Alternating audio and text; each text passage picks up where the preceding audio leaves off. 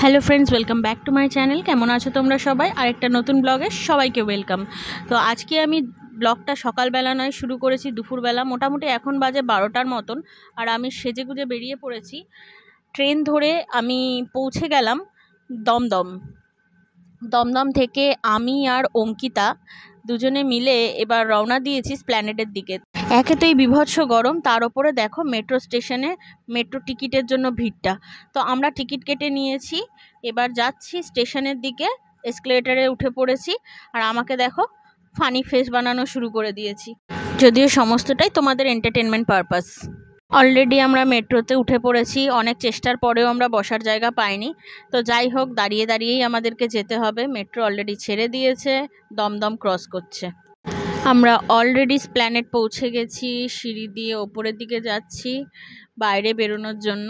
আর আরেকজনকে দেখো, সে cinematic pose দিচ্ছে ঘুরে ঘুরে, আর বলছিল যে আমি উল্টে যদি পড়ে যাই। বলতে বলতে উল্টে সত্যিই পড়ে যাচ্ছিল। এই হলো আমাদের সেই বিখ্যাত ধর্মতলা, যেটা কিনা স্প্ল্যানেড নামে পরিচিত। আর এই জায়গাটাকে মোটামুটি কলকাতা বা কলকাতার আশেপাশের ওয়েস্ট বেঙ্গলের মানুষজন মোটামুটি ভালোই চেনে শপিং ডেস্টিনেশন হিসাবে। আর সেই শপিং ডেস্টিনেশন দেখো, রাস্তাঘাট পুরো ফাঁকা। কারণ কেন বলো তো, এখানে অনেক দোকানপাট যেগুলো এক্সট্রা ছিল সেগুলো তুলে দেওয়া হয়েছে। তো যাই হোক, আমরা এখন হক মার্কেটের ভেতরে ঢুকেছি, যাচ্ছি হচ্ছে রেয়ান সাহুতে। জানি না তোমরা চেনো কিনা দোকানটা। প্রথম গেট দিয়ে ঢুকেই প্রথম ডান দিকের গলিটা দিয়ে সোজা গেলেই রেয়ান সাহু দোকানটি হক মার্কেটের একটা ফেমাস দোকান হিসাবেও তোমরা ধরে নিতে পারো, কারণ এটা একটা ছোটোখাটো বিউটি হাব।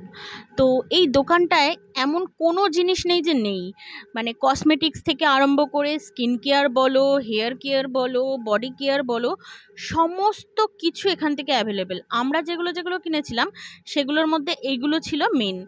তো আমরা একটা সেফটিপিন বক্স নিয়েছি, ইউপিন বক্স নিয়েছি, অনেক কিছুই কেনাকাটা হয়েছে এখান থেকে। তো মোটামুটি ভালোই বিলিং করা হয়েছে। তো এবার আমরা দোকান থেকে বেরিয়ে পড়েছি।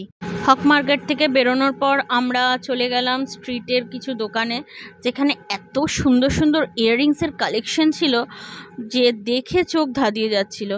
শুধু ইয়াররিংস নয়, hair band, hair clips, bags, ছোট ছোট চাবির রিংস, সব কিছু এত সুন্দর সুন্দর কালেকশন। তো যাই হোক, ওগুলো আমরা কিছু কিনলাম না।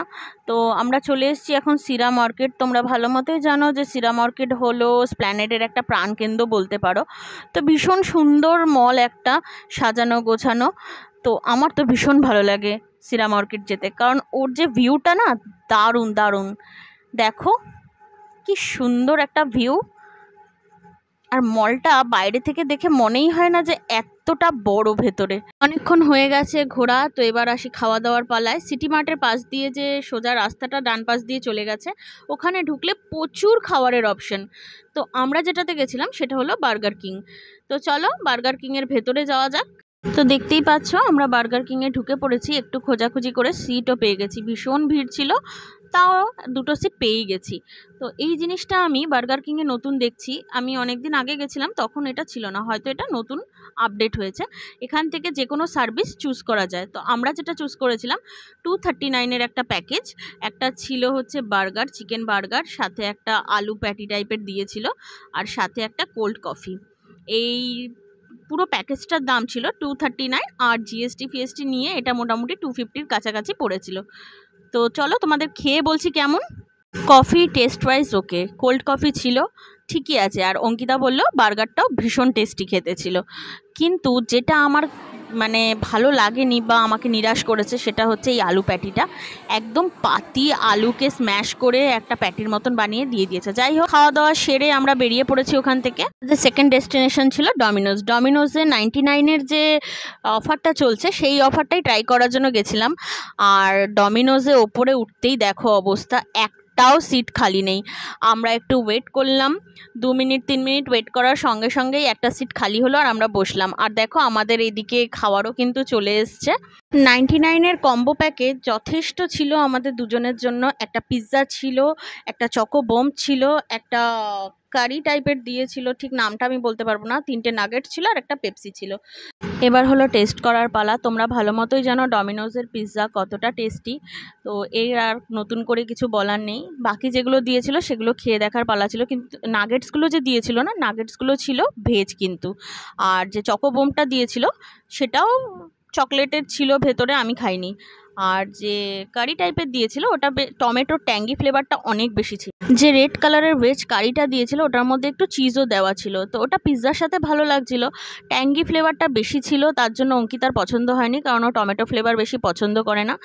আর ভেজ নাগেটসগুলো ঠিক আছে, মোটামুটি ঠিকঠাক, খুব একটা আহামরি কিছু ছিল না। পুরো মিলটার দাম পড়েছিল 99 প্লাস জিএসটি 125। মোটের ওপরে এটা কিন্তু বেশ পকেট ফ্রেন্ডলি। খাওয়া দাওয়া সেরে ওখান থেকে বেরিয়ে পড়লাম। সব কিছু শেষে আইসক্রিম খাবো না তা কি কখনো হয়? ম্যাঙ্গো ফ্লেভার আমার অলওয়েজ ফেভারিট। দেখতেই পাচ্ছ আমরা চলে এসেছি এখন মেট্রো স্টেশনের গেটের কাছে। আর ঠিক ওই সামনেই একটা কুর্তির দোকান ছিল, যেখানে ভীষণই রিজনেবল প্রাইসে কুর্তি বিক্রি হচ্ছিল। মাত্র 200 করে কুর্তিগুলোর প্রাইস ছিল। তো যাই হোক, আমরা দমদম স্টেশনে নেমে ট্রেনে উঠে পড়েছি। আমাদের সাথে একটা ভীষণ বাজে কেস হয়েছে, সেটা হলো আমরা দমদমে নামার পরেই আমরা এক দুজনকে জিজ্ঞেস করলাম যে এটা লোকাল, বললো হ্যাঁ। তো আমরা চড়ে পড়েছি, তারপরে বুঝতে পারলাম যে সেটা গ্যালোপিন। তো আমাদের সোজা টেনে নিয়ে গেছে ব্যারাকপুর থেকে জাস্ট ফিরলাম, অনেকটা হ্যাপা হয়ে গেল। অঙ্কিতা নেমে পড়েছে সোদপুর, আমি নেমেছি বেলঘরিয়া। তো এখন বাড়ি যাচ্ছি, তো চলো বাড়ি গিয়ে ফ্রেশ হয়ে দেখা হচ্ছে। বাড়ি ফিরে আমার হাতে যাকে দেখতে পাচ্ছ সে হচ্ছে মিশার নিউ ফ্রেন্ড, আর এটা গিফট করেছে ওর মোমো ওকে স্প্ল্যানেট থেকে। তো ভিডিওটা আর বড় করছি না, এখানেই শেষ করছি। দেখা হচ্ছে তাহলে নেক্সট ভিডিওতে। ততক্ষণ সবাই ভালো থেকো, সুস্থ থেকো, টাটা। ভিডিওটা কেমন লাগলো অবশ্যই কমেন্টে জানিও, তার সাথে একটা লাইক শেয়ার করে দিও। আর যদি চ্যানেলে নতুন হও চ্যানেলটা সাবস্ক্রাইব করে দিও। দেখা হচ্ছে নেক্সট ভিডিওতে।